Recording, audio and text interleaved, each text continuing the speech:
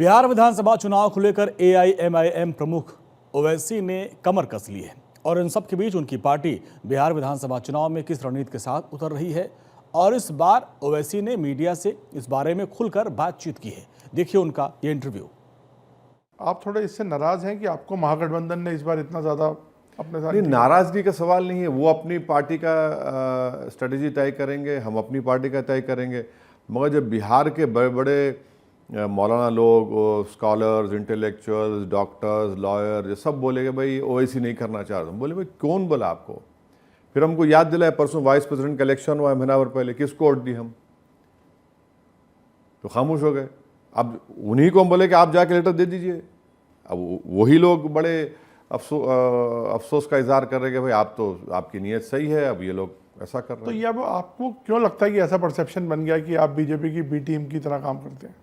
नहीं, परसेप्शन नहीं है, बिल्कुल नहीं है। ये बनाना चाहते हैं लोग, मगर हम तो कई मर्तबा बोले हैं और आज भी बोल रहे हैं कि अगर 3 मर्तबा नरेंद्र मोदी इस देश के प्रधानमंत्री बने हैं, इसमें गलती भारत के मुसलमानों की नहीं है। इसमें नहीं है गलती मुसलमानों, खुल के कह रहे हैं आपसे। गलती किस, गलती बोलिए या क्रेडिट जो दिया जा रहा है कि भाई, अरे भाई आप ये देखिए कि पोल्ड वोट्स में से करीब 50% non Muslim vote Narendra Modi को मिल रहा है, 37-38% मिल रहा है। तो इसमें मेरा क्या रोल है उसमें? अगर आप मेरे सर पे ताज रखना चाह रहे तो मैं कबूल कर लूँगा, मुझे कोई इतराज़ नहीं है।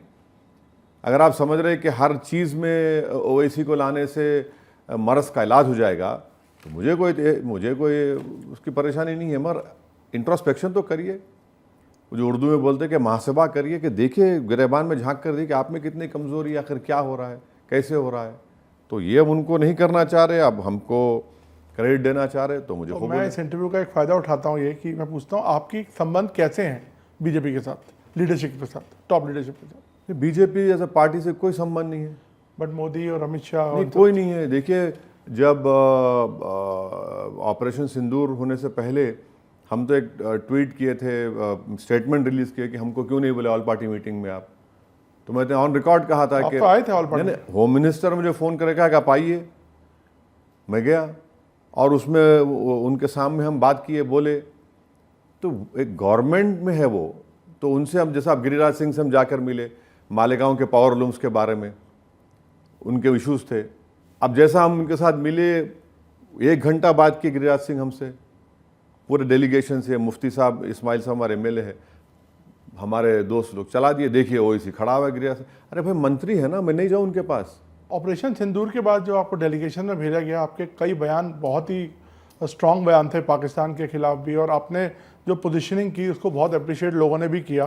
तो आपको लगता है कि यही पोजीशन अब हमको कायम रखनी चाहिए जो हमने ऑपरेशन सिंदूर? देखिए, बीजेपी से पॉलिटिकली लड़ाई आइडियोलॉजी पे होती रहेगी और समंदर के 2 किनारे नहीं हो सकते, मगर बीजेपी देश से बड़ी नहीं है, ना प्राइम मिनिस्टर देश से बड़े हैं।